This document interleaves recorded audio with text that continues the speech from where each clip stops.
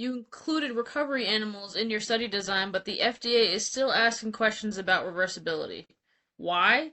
Because most sponsors, even though they include recovery animals within their designs, they still get the designs wrong. So we're going to go over 4 major mistakes that sponsors make when they add recovery groups to their study designs.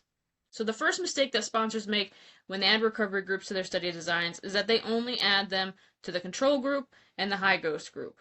And this is usually a recommendation from the CRO to reduce animals and optimize a study, but I've seen it several times before where you will have findings in the in-life phase and you don't have recovery animals on those low and those mid-dose groups, and you can't tell then whether those findings become reversible. The FDA is definitely going to flag this, particularly if your NOAL is the mid or the high dose. And it's also going to play into the cause and establishment of adversity, because if you have a finding that is not reversible, that is more likely to be adverse than a finding that is reversible. But if you don't have the animals to show reversibility, then you're not going to know and be able to establish an OAL in that way. The second mistake that sponsors make is that their recovery duration is an 8-day GLP tox study. You can have a 14-day recovery. But for large molecules and biologics, this may not necessarily be the case. You have to be able to make sure that your recovery period, that duration, covers the several half-lives of your molecule. And for large molecules and biologics, these half-lives are much longer than a small molecule would be. And also, if you know that your pharmacology or the MOA of your molecule includes slow resolving findings, then you're going to want to be able to cover that duration as well. Another mistake that sponsors will make when they add recovery groups is that they'll treat the recovery animals differently from your main animals. And so they'll use different sex ratios or different terminal endpoints. And this is very common with clinical pathology, where your main animals, you might have different time points than your recovery animals, but this is a big no-no.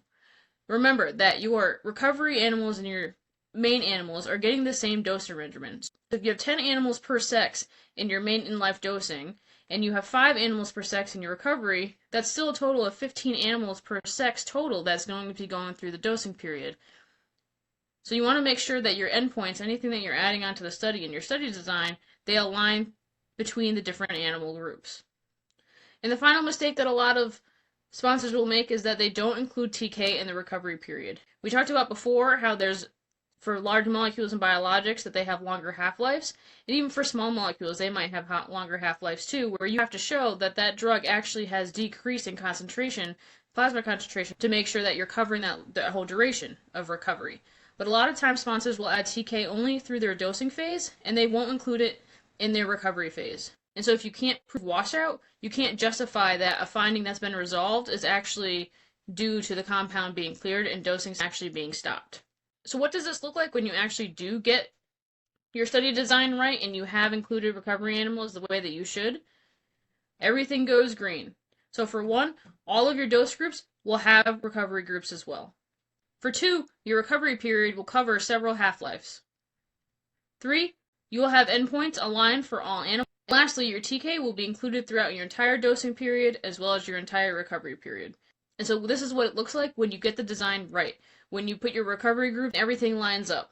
This is going to be a study where the data you can use to justify any scientific findings, to justify an OAL, to justify adversibility, and to be able to have a defensible regulatory narrative.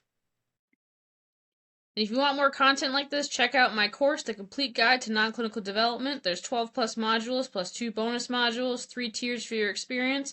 The link is in the comments.